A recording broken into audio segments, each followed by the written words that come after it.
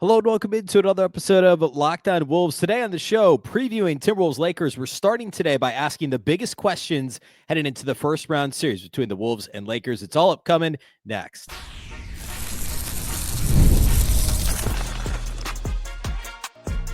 You are Locked On Timberwolves, your daily Minnesota Timberwolves podcast. Part of the Locked On Podcast Network, your team every day. Hello and welcome to the Locked On Wolves podcast, part of the Locked On Podcast Network, your team every day. My name is Ben Beecken. I'm the host of Locked On Wolves. Happy Tuesday, everybody. Plenty to get to today.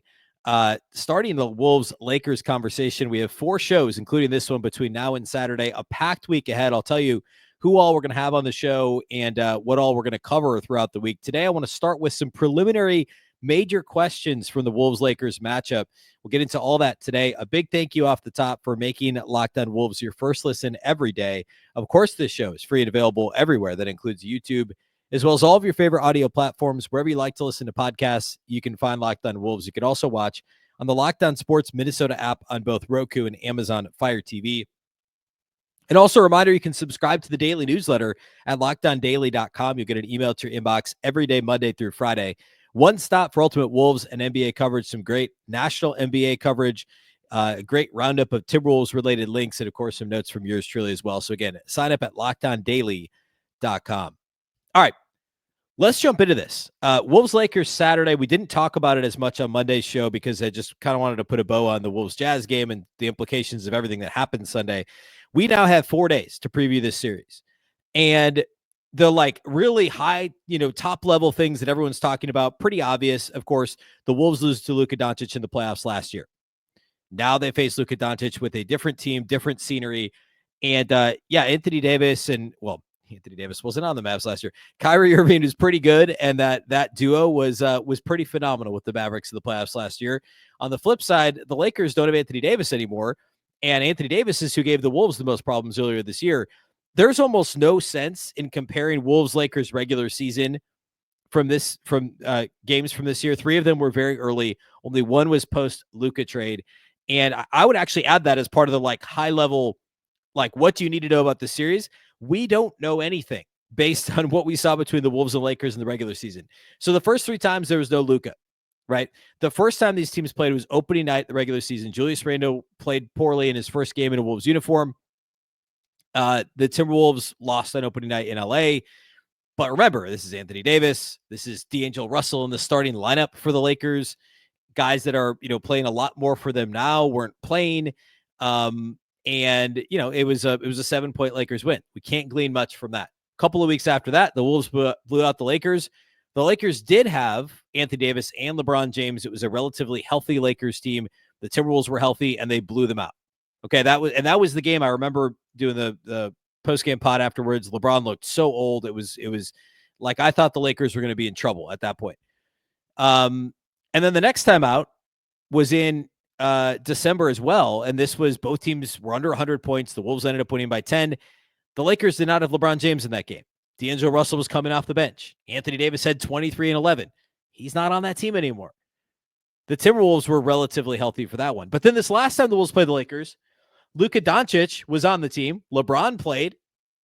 And so did Austin Reeves. It was basically the Lakers team they have now going into the playoffs. They started Rui Hachimura and Jackson Hayes. Dorian Finney-Smith played 31 minutes off the bench. We'll talk a lot about his impact on the series over the course of the week. But on the Wolves side, there was no Rudy Gobert. There was no Julius Randle. Both those guys were out due to injury. It was shortly, it actually might have been Dante DiVincenzo's first game back, so he was on a minutes restriction. The Lakers won by 9. Luka had 21, 13, and 5, had a great close to the game. Austin Reeves had 23 in this one, and LeBron had 33, 17, and 6. And the Lakers still only won by 9. And this was late February. So after the All-Star break, part of that 4 games in 4 out of 5 that the Wolves lost before they won 17 of the last 21. So that's the closest thing to knowing what this is going to look like. But no Rudy Gobert matters a lot. Rudy Gobert, he's one of the big question marks with this series, is how will he function for the Wolves on both ends of the floor, really. And we saw how that worked against Luka and the Mavs last year. And I would certainly not blame Rudy Gobert. We're not even, I don't mean like how often will Rudy Gobert get ISO'd against Luka on the perimeter? That's not what I mean. But what I mean is the Lakers are going to want to play smaller. The Lakers don't want to play Jackson Hayes. The Lakers want to play smaller. They want to play Rui Hachimura. They want to play Dorian Finney-Smith. They want to beat the Wolves at that game. Well, what is the Wolves' response to that? That's one of these questions that we have to address as we look at this matchup. I want to start actually though with how the Timberwolves guard Luka, which I guess is related to that. How will the Timberwolves guard Luka Doncic in this series? What are their options? Well, first of all, who's going to take the primary assignment? If you go back and look last year at the conference finals, the Timberwolves used Kyle Anderson a lot to guard Luka Doncic, and in crunch time as well. Like Slow-Mo was on the floor in crunch time, and overall was kind of a net negative for the offense last year for Minnesota. But he was so pivotal defensively and a bit of a, Chris Finch would call him a Swiss Army knife. He was still impactful to the offense, but obviously not a threat to score really at all. Like he did it his own creative way, but like opposing teams weren't worried about Kyle Anderson scoring. But the fact that he was part of that crunch time lineup, that's an easy thing to forget. And there were times the Wolves tried, like Reid was somebody who they were comfortable switching on to Luka. The primary defender, though, for Luka Doncic last year was a lot of times Slow-Mo. They tried Ant as the series wore on. Early in the series, the idea was like, hey, let's take Ant off the ball, allow him to catch his breath a little bit. But as we know, Ant's not the best off-ball defender. You're actually better off sticking him on the ball. And yeah, he's going to be a little tired offensively, but hopefully. And in the first round, by the way, that there's a difference right there. And it's one of the reasons I think the Wolves have a legit shot in this series. And I this may sound weird, and I may be the only one that makes this point out there, but I think Anthony Edwards in the first round gives the Wolves a much better shot than Anthony Edwards guarding Luka Doncic in the conference finals. Because remember how spry and ready to go Ant was against the Suns after having almost a week off in the first round, and they sweep the Suns. And obviously it's a different animal, but what he was able to do when he was put on, Towns mostly guarded Kevin Durant, but between Bradley Beal and Devin Booker, like Anthony Edwards was, he was huge defensively.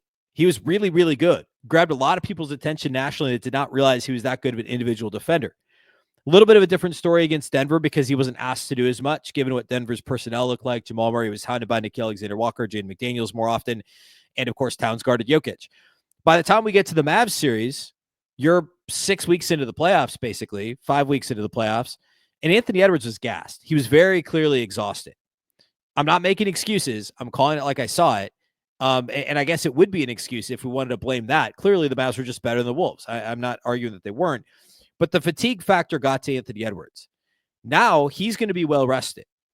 5-6 days of rest. He's going to get, there's additional days of rest baked into the first round because of how many teams and how many games there are.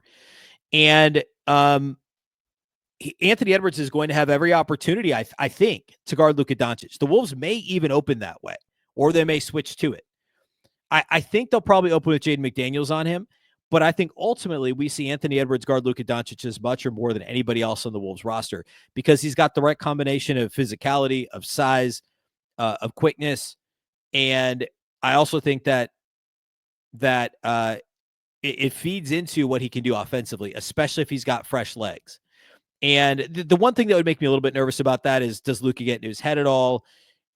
Withdrawing fouls / does Anthony get into foul trouble / technical foul trouble, maybe less of a concern in the playoffs, but that's a real thing we have to think about. And I'm sure the Wolves are calculating. So I bet they open with Jaden McDaniels guarding Luka Doncic. Ant will get as many possessions as anyone else because of that, all that, the combination of size and athleticism and overall defensibility ability. And the fact that it will then feed him on the offensive end as well. I think the best option to spell him, other than Jaden McDaniels, is probably Jalen Clark. And I know he's undersized, but I think the lower center of gravity, and I think the way Jalen Clark plays defense by getting as low as he does and getting underneath guys can be effective. Now, he's been a bit foul prone. Are the officials going to really give him the benefit of the doubt? A rookie who's played in a handful of games against Luka Doncic? Probably not. But I bet he gets a shot to guard Luka at some point in this series as well. There isn't really a Kyle Anderson substitution. Now, from a pick and roll strategy standpoint, I don't know. I actually thought the Wolves handled it pretty well last year with the playing at the level as much as they did in the playoffs. I thought that was probably the right way to handle Luka. You can't go into full drop. You're not going to be able to switch on the perimeter with frequency, depending on who the personnel is. It's probably going to depend a little bit on who's on the floor based on what the coverage is going to be for Minnesota. And blitzing Luka with, the other like LeBron and Austin Reeves and those guys on the floor, Dorian Finney-Smith, guys who can knock down threes as well. That's a bit of a dangerous proposition. So I'd be cautious about that if I was Minnesota. So again, right now, I think Jaden gets the primary assignment. I think Ant is next up. I think Jalen Clark spells those guys. And that's the most likely kind of hierarchy in terms of who's actually going to guard Luka Doncic. Related to that, I should mention, by the way, I mentioned earlier that in that last game against the Lakers, DiVincenzo was on a minutes restriction, and there was no Julius Randle, no Rudy Gobert. Remember, Terrence Shannon scored 25 points in that game off the bench. Jalen Clark started, so this was a very weird Wolves lineup in that game, and it's going to look a lot different in the first round of the playoffs. I want to talk a little bit about how the Lakers may try and guard Anthony Edwards, and then that's related to the lineup questions. And what does that look like for both teams? How does either team change their starting lineup? We'll talk about the Wolves guard rotation. We'll talk about a couple other factors in the series that really stand out to me. We'll do all that here next. Today's episode of Locked On Wolves is brought to us by our friends over at Hungry Root. Spring is here and life is busier than ever between work, family, and everything in between. Who has time for grocery shopping and meal prep? That's why I use Hungry Root. It makes eating healthy, delicious meals simple and stress-free. Hungry Root is like having your own personal shopper and nutritionist all wrapped up into one. They take care of grocery shopping and meal planning, offering personalized recommendations based on your tastes and your health goals. Hungry Root will tailor your orders based on what you like or what you maybe didn't love. It'll actually get smarter every time you order. With their high-quality, nutritious food, you can stick to your gut-friendly, high-protein diet or whatever that might be, whatever that looks like for you, without spending hours planning. Take advantage of this exclusive deal. Get 40% off your first box plus a free item in every box for life. Go to hungryroot.com/LockedOnNBA and use the code LockedOnNBA. That's hungryroot.com/LockedOnNBA. Code Locked On NBA for 40% off and a lifetime free item.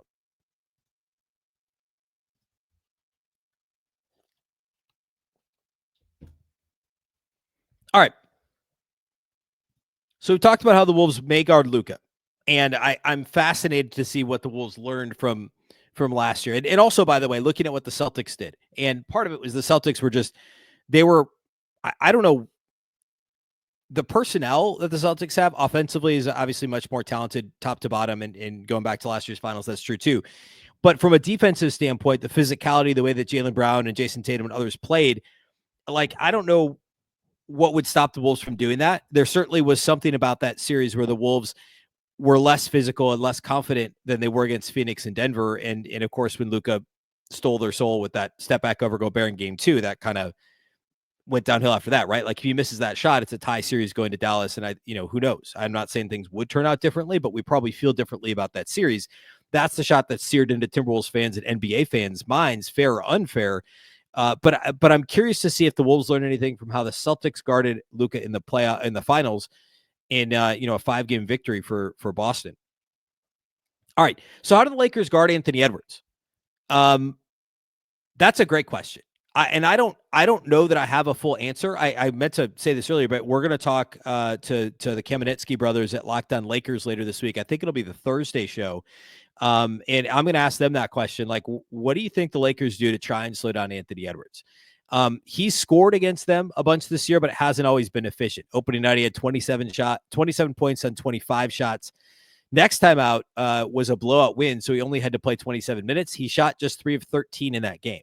The next time out was that ugly kind of slog of a 10-point win for Minnesota, and Ant had 23 points on 20 shots, turned it over 5 times. And then the last time the Wolves played the Lakers, Ant only had 18, 6, and 5, and you'll remember he was ejected in that game. So,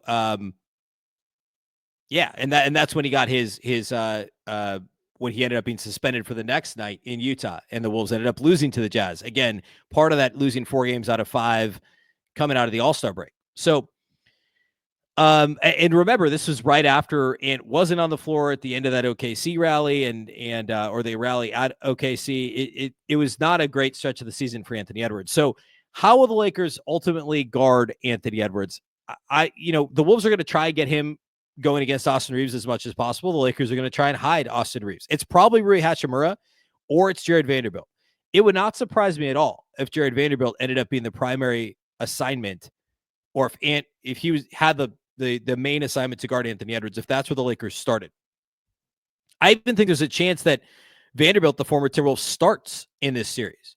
In that game that Anthony Edwards was ejected, Vanderbilt played 13 minutes off the bench. Of course, he's had a bunch of injuries this year. I believe that's the only time he played against Minnesota. I think he played opening night. But besides that, no, actually, he was still hurt then. So he only played in that one game against Minnesota. So Ant hasn't had Vanderbilt guard him at all this year. I do think they did that last year. It's been 13 minutes of Vanderbilt versus Minnesota. You better believe that there's some element of, like, I'm sure he wouldn't mind playing against the team that traded him away. Vanderbilt wouldn't. And Ant and Vando know each other, right? They were on the same team. I think that's where they start. I think Hachimura, depending on foul trouble and, when the Lakers just want their best offensive lineup out there, Hachimura is going to be the next man up to guard Anthony Edwards. And I don't know what the Lakers are going to do. Like, they can't play drop. That's not really what they do. And if Jackson Hayes isn't on the floor, they're not going to play drop. They might switch, but if they don't switch well, Anthony Edwards is going to exploit them. He's going to split doubles if they're not quick enough on the perimeter. And again, the Lakers' defensive personnel, especially with no Anthony Davis, is a bit rough. Like, you could target Austin Reeves.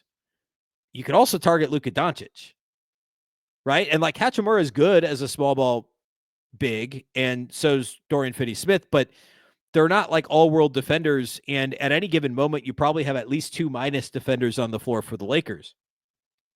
So I actually wouldn't be surprised if Anthony Edwards has a massive series, and the Lakers, like, obviously they're going to try and put 2 on the ball at times, and this is where the lineup piece for Minnesota and the supporting cast becomes huge, is what do they get out of Julius Randle, who notoriously has struggled in the playoffs? What do they get out of Jaden McDaniels, who had several weeks of playing very well, January, February, into March, but then here over the last month or so has struggled once again offensively.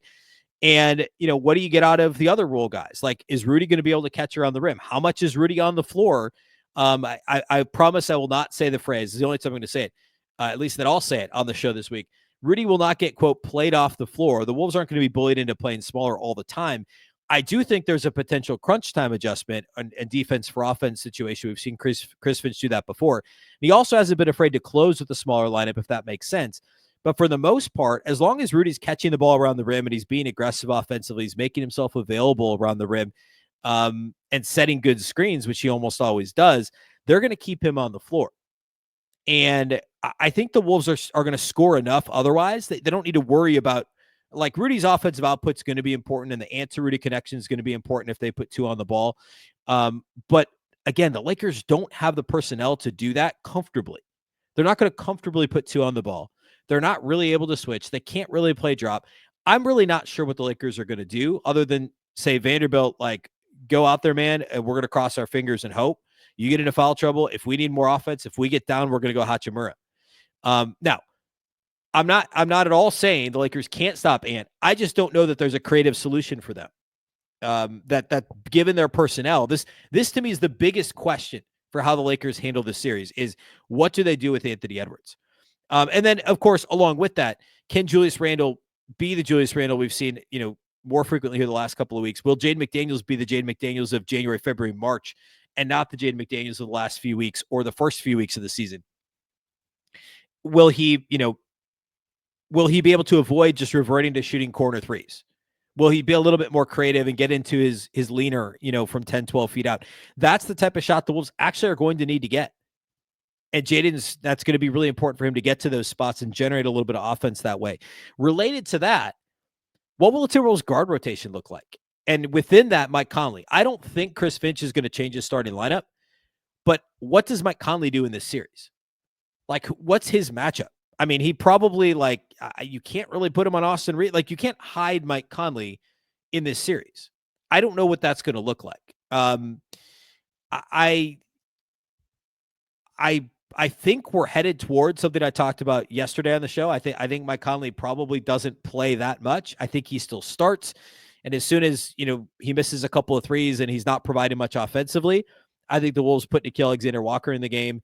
I think he's kind of between him and DiVincenzo. You're going to see a lot of Nickeil. You're going to see a lot of DiVincenzo in the series. And then the question becomes between Mike Conley and Jalen Clark, what do the rest of those minutes look like? If one of DiVincenzo and Alexander Walker is most of the time on the floor with Ant, along with Jaden McDaniels and Julius Randle and Rudy Gobert or Naz Reid, what's that next guard look like? Is it more Mike Conley in these moments, or do the Wolves go with Jalen Clark, who's going to be a little bit more physical, a little bit smaller than Mike Conley, but obviously more athletic and a better individual defender at this stage? But then again, it's the playoffs. And do you trust Mike Conley's experience and his team defensive ability and his intelligence over a young player like Jalen Clark? That's what Chris Finch has paid the big bucks for, right? That's his job to figure that out. And there's been some questions this year about the timing of some of the rotation shifts and some of that stuff, rotation changes, I should say, and in-game decisions. But that's another interesting one to me. Is inevitably DiVincenzo and Nickeil Alexander-Walker are both going to be in the 25 to 32 minutes a game range. What about Mike Conley? What about Jalen Clark? And how quickly does Chris Finch change things up, either in game or from game to game in the series? If the Wolves lose game one in LA and Mike Conley has a bad game, does he change the starting lineup for game two? Doesn't feel like something Chris Finch would do. Is it desperate to do that in game two? But you can't get down 2-0. So I'm fascinated to see if he makes more changes this year in the playoffs than he's done the last couple of years in the playoffs. Couple of things I want to hit that are ideas I want to introduce today, and we'll get into later in the week. And they're questions I'm going to talk to Locked On Lakers about. They're questions I'm going to talk to others about this week as well. How will the Timberwolves? Well, we'll get into it here in a second. There's a couple of things on both sides of the ball I want to hit, and that's how we'll close the show here today.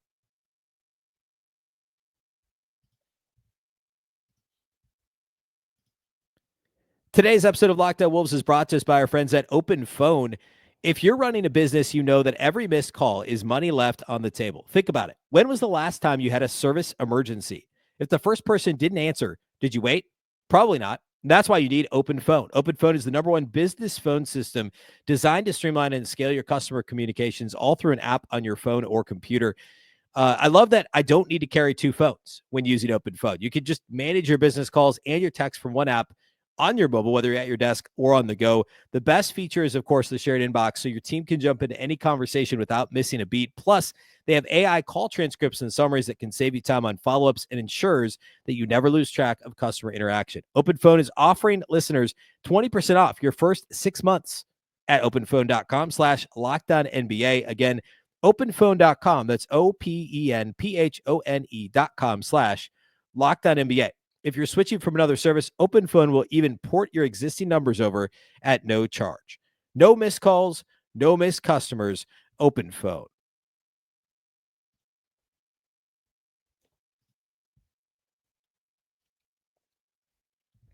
All right. Couple things here to close it out. And again, these are ideas I'm introducing now. We're going to spend a little bit more time on them, and kind of dive into the actual personnel and what does this look like when applying to the full series. The Lakers were actually not a very good team in terms of defending the three-point line this year. Now, the Lakers were overall a solid defensive team. They were pretty middle of the pack. And I looked at pre-Luka, I looked at post-Luka, almost identical points per 100 possessions over at Cleaning the Glass. I use Cleaning the Glass for this. They take out garbage time. They take out heaves at the end of quarters and possessions, things like that. And of quarter possessions, I should say. Virtually identical defensive ratings, which surprised me. I mean, as soon as this trade happened, I was like, all right, this team they're going to have some problems defensively. They were fine after the Luka trade. Middle of the pack, pretty much 15th before the Luka trade, 15th after the Luka trade, 114.5 plus or so points per 100 possessions allowed. Within that, though, they were not a great defensive rebounding team, and they were not great at defending the three-point line. both are important distinctions against, or important things to point out against a team like Minnesota, who shoots a lot of threes. They make a lot of threes and recently have become a very good offensive rebounding team. Minnesota is 6th in overall 3-point shooting accuracy, 4th in above the break threes. Minnesota is. And we're going to break this down by zone like we did last year in the playoffs for these teams as well, for the Lakers, I should say. But the Lakers, in terms of, the Wolves in terms of frequency, are also top 6 in both categories.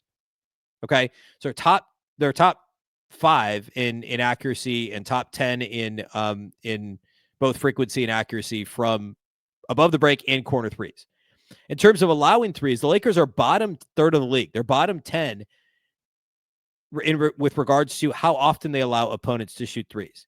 And in terms of percentage, they're more middle of the pack. They do a great job of limiting makes and corner threes, but not above the break, which fits with what Minnesota likes to do well if you're a Wolves fan.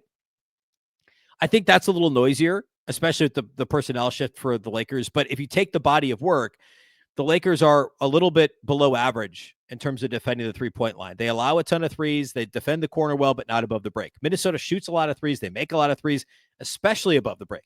That's a good thing for Minnesota. So if LA is allowing the Wolves to shoot some open threes, Minnesota has to knock them down. And it goes without saying that, like, you got to make your open shots. But we've seen that be a big problem for Minnesota's offense this year that otherwise has been refreshingly good. I mean, like, it's worth pointing out again, Minnesota ended up with a top 10 offense this year, which, by the way, was another one of my midseason predictions. My All-Star break predictions was Minnesota would be top 10 in offense and defense. The Wolves are one of 5 teams in the league that finished with a top 10 offense and defense. They were 8th in offensive efficiency this season, according to Cleaning the Glass. The Wolves are a good offensive team that relies on the 3-point line. But they went through stretches, as any team does, where they would go cold from 3. And, early in the season, it was Dante and Mike Conley who really struggled. Conley, who struggled from 3. Later in the season, those guys came around, and the Wolves as a whole kind of, dragged up their 3-point shooting percentages from everywhere on the floor. But that's going to be really key to this series, is if the Lakers allow some open threes, if Ant drives and kicks well, if Rudy's kicking to the corners on short rolls and the Lakers generally defend the corners okay, can Minnesota knock down the open attempts that they do get? That's going to be a huge difference in this series. And then the other thing would be transition defense. The Lakers are not a great transition defense. LA was 29th defensively in points per 100 possessions off of live ball rebounds. Now, the Wolves don't run off of live ball rebounds. The Wolves were dead last in running off of defensive rebounds. The Lakers are second to last in terms of their defensive efficiency off those opportunities. Now, off of steals, the Lakers were 28th. So they're the 3rd worst team in the league in regards to allowing transition opportunities off of steals. Minnesota actually does run off of steals. And that's something else that continued to increase throughout the season. Minnesota was middle of the pack, but again, compared to dead last and off of rebounds, Minnesota had the willingness to do this. And it's something I implored the Wolves to do last year. After the Towns injury, they actually ran more without Towns than they did with him last year in the regular season. Minnesota has to be opportunistic when they get these chances. And the Lakers are generally older. They're generally slower, despite the fact that they don't, other than Jackson Hayes, they're not playing I don't say a traditional center. He's not really a traditional center either, but they're not really playing a center. They're not really playing a 5 very often, but they're still a poor transition defense. I'm not saying the Wolves need to be the 7 seconds or less Suns, but when given the opportunity, and maybe it's off of a steal, maybe it's off of a long rebound, Minnesota has to push the pace. There's opportunities in this series for the Wolves to get some cheap buckets in transition, and that's going to be extremely important. So keep an eye on defensive rebounding / pushing the pace, and especially off of steals, off of turnovers. Can Minnesota push the pace in transition? And will that then lead to some of these 3-pointers? And by the way, that's, I think, one theory here is the Lakers gave up a lot of threes in transition, which obviously dragged down their transition defense numbers, and it dragged down their 3-point numbers. Of course, if you're giving up threes in transition, they're going to largely be open threes. So I think that's another thing to look at here in this series is can the Wolves be opportunistic? Are they willing to push the pace when the opportunity presents itself? Again, we'll dig more into that. In fact, tomorrow's show, Wednesday's show, I will do that. Something I did last year in the playoffs is I took basically every single possible number I could find for both ends of the floor and compared like, hey, just like these last two examples, the Wolves shoot threes above the break well. The Lakers don't defend above the break well. How could that play out in the series? Compare that to the personnel, because again, full season numbers for the Lakers aren't always going to be super helpful. So look at the personnel the Lakers have now, the personnel Minnesota has now, and that is healthy. That wasn't necessarily when they played the Lakers earlier in the season. And what can that tell us about this matchup? We'll talk about a little bit more of that tomorrow. And then Thursday, we'll have the Locked On Lakers conversation. We're going to do a crossover episode with myself and the Kamenetsky brothers and talk about what the Lakers, ask some of those burning questions. Some of these questions I attempted to answer today from a Lakers perspective and vice versa. I'll answer their questions about the matchup. And then also looking to have Jack Borman on the show. Of course, he does a great job on the live postcast with Luke Inman over at Locked On Sports Minnesota. So Jack and I will talk later this week also as we get you ready for Saturday night, Wolves-Lakers Game 1, first round of the Western Conference playoffs. That's all we got for you today on the show. Big thank you for making Locked On Wolves your first listen every day. Of course, this show is free and available everywhere. That includes YouTube as well as all of your favorite audio platforms. Wherever you like to listen to podcasts, you can find Locked On Wolves. You can also watch on the Locked On Sports Minnesota app on both Roku and Amazon Fire TV. And a reminder about the Locked On Wolves newsletter. The newsletter is a fantastic read every day, Monday through Friday. You'll get stuff from myself. You get one-stop all things Wolves from around the internet.